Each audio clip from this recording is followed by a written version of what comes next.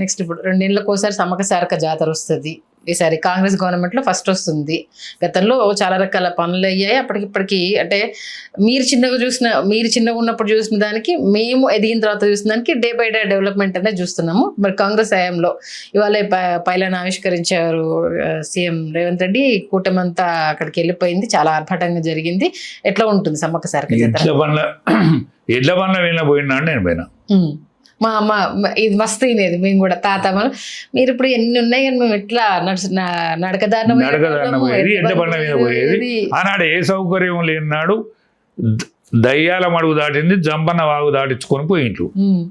ఏ సౌకర్యం లేనాడు కూడా ఆ జాతర కొనసాగింది. ఇవాళ సౌకర్యాల పేరు మీద ప్రభుత్వాలు ఇంత సొమ్ము తింటాయి. ప్రభుత్వాలు ఇంత సొమ్ము తింటాయి. సౌకర్యాలు మేము భారీగా చేసినాం, బాధరుగా చేసినాం అని చెప్తారు. విమర్శలు ఉంటాయి, మెచ్చుకోళ్ళు ఉంటాయి. ఇది సహజం. ఇప్పుడు రేవంత్ రెడ్డి జమానంలో, సీతక్క జమానంలో వీళ్ళు చేస్తే అయ్యేది కాదు. వీళ్ళు పరంపరలా ప్రభుత్వంలో ఉన్నారు కాబట్టి దాని పేరున ఫండ్స్ రిలీజ్ అవుతాయి కాబట్టి ప్రజల పైసలే కాబట్టి వీళ్ళు చేస్తారు.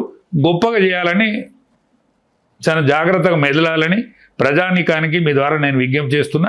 చాలా ఇప్పుడు వనదేవతలు మామూలుగా సహజంగా ఉండాల్సినవి. ఇవి ఇప్పుడు ఏంటంటే కొంత అలానే ఉంచాల్సింది, దానికి చుట్టూ గద్దెలు కట్టేసి పాలరాతి అవ్వేసి ఎందుకు వాటి స్వచ్ఛతను పాడు చేయడము అనేసన్న ఒకటే అమ్మా. ప్రతిది కూడా ఈ ఆధునీకరణ యుగంలో కొంత ధ్వంసమయ్యే మాట నిజం, సౌకర్యం ఏర్పడే మాట నిజం.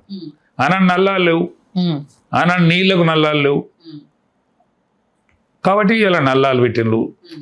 ప్రజానీకం అనేక రోజుల నుంచి పోతా ఉన్నారు. ఇవాళనే కాదు, ఎప్పటి నుంచో ప్రతి ఆదివారానికి 2 లక్షల మంది పోతా ఉన్నారు.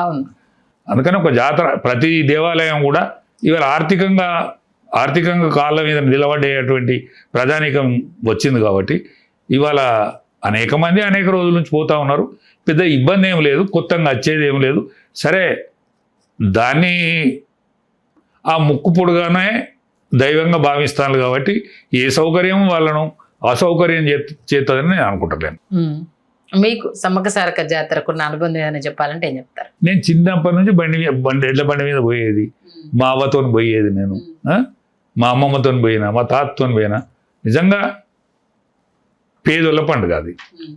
మామూలు అంటే పూజ ఉండదు, పురస్కారం ఉండదు, ఏముండదు, మంత్రం అక్కడ ఏముండదు, దానికి పట్టింపులు ఉండవు, కుల గోత్రాలు ఉండవు, ఏముండవు, అసలు ఏముండదు. కానీ జాతర ఉంటుంది, లక్షల కోట్ల జనం ఉంటుంది.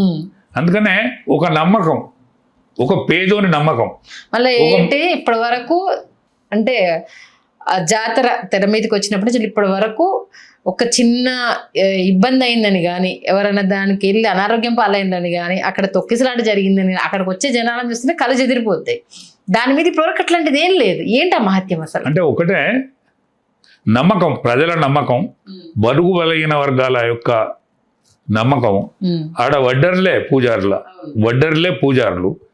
అటువంటి నమ్మకం కూడా ఇవాళ గొప్ప విలువ ఉన్నది. తొక్కిసలాటలో అనేక జాతరలలో తొక్కిసలాటలో చనిపోతారు, అనేక జాతరల్లో చచ్చిపోతారు. అక్కడ ఇవాళ దాంతోపాటు లింగమంతల జాతర కూడా నల్గొండ జరుగుతుంది. లింగమంతల జాతర అది ముఖ్యంగా యాదవులు జరుగుతుంది. కానీ దానికి పెద్ద గుర్తింపునిత్తలేరు. ప్రభుత్వం రాబోయే రోజులలో అంటే నెక్స్ట్ ఇయర్ లింగమంతల జాతర వస్తుంది. ప్రభుత్వం దానికి కూడా విలువనియాలని నేను విజ్ఞప్తి చేస్తా ఉన్నా. దాన్ని కూడా ఆడ విపరీతమైన జనాభా వస్తుంది, అనేక రాష్ట్రాల నుంచి వస్తారు. కానీ దానికి కూడా సౌకర్యాలు ఏర్పాటు చేస్తలేరు. ఇప్పుడు సమ్మక్క సారలమ్మక్క ఎట్లయితే చేస్తానో అది బడుగు బలహీన వర్గాలది, ముఖ్యంగా యాదవుల జాతర కాబట్టి వాళ్ళకు కూడా దానికి కూడా విలువేయాలని ఈ సందర్భంగా నేను ముఖ్యమంత్రి వచ్చే సంవత్సరం కూడా ఉంటాడు కాబట్టి దాన్ని శ్రద్ధగా అలా అక్కడ నల్గొండన ఇప్పుడు రెడ్లు ఎవరైతే మంత్రులు ఉన్నారో వాళ్ళు శ్రద్ధ వహించి, ఇవాళ 2-3 మంత్రులు చాలా బలమైన మంత్రులు ఉన్నారు, వాళ్ళు దీన్ని శ్రద్ధ వహించి చేయాలని ఈ సందర్భంగా మీ ద్వారా విజ్ఞప్తి చేస్తున్నాను. సరే, నల్గొండ టాపిక్ వచ్చింది కాబట్టి రాజగోపాల్ రెడ్డి మినిస్టర్ అవుతాడా కాడా? అవకాశం అవుతున్నది. ఆయన మినిస్టర్ కాకపోతే ఆయనే నెక్స్ట్ రాజ్యంలో ఒక మంచి స్థాయిలో ఉంటాడని నేను అనుకుంటాను. అంటే నెక్స్ట్ రాబోయే రోజులలో ఇవాళ హరీష్ రావు కానీ రాజగోపాల్ రెడ్డి కానీ ఈటల రాజేందర్ కానీ వీళ్ళ ముగ్గురు కూడా బలమైన భవిష్యత్తు ఉన్నదని నేను నమ్ముతాను. అంటే ముగ్గురు కలుస్తారనా లేకపోతే ఎక్కడున్నా వీళ్ళ ముగ్గురిది- ఎక్కడున్నా వీళ్ళు ముగ్గురు కలిస్తే తెలంగాణలో ఏదో ఒక ఉద్యమం అయితే ఉంటుంది. ఓకే, కొత్త ఆలోచనకు నాంది పలుకుతున్నారా? నిజమే, ఎందుకంటే నేను రాజకీయాల్లో తిరుగుతా, అందరితో సత్సంబంధాలు ఉంటాయి, అనేక మందితో మాట్లాడతా. నేను ఇటువంటి కలయిక జరుగుతుంది ఏదో ఒకటి.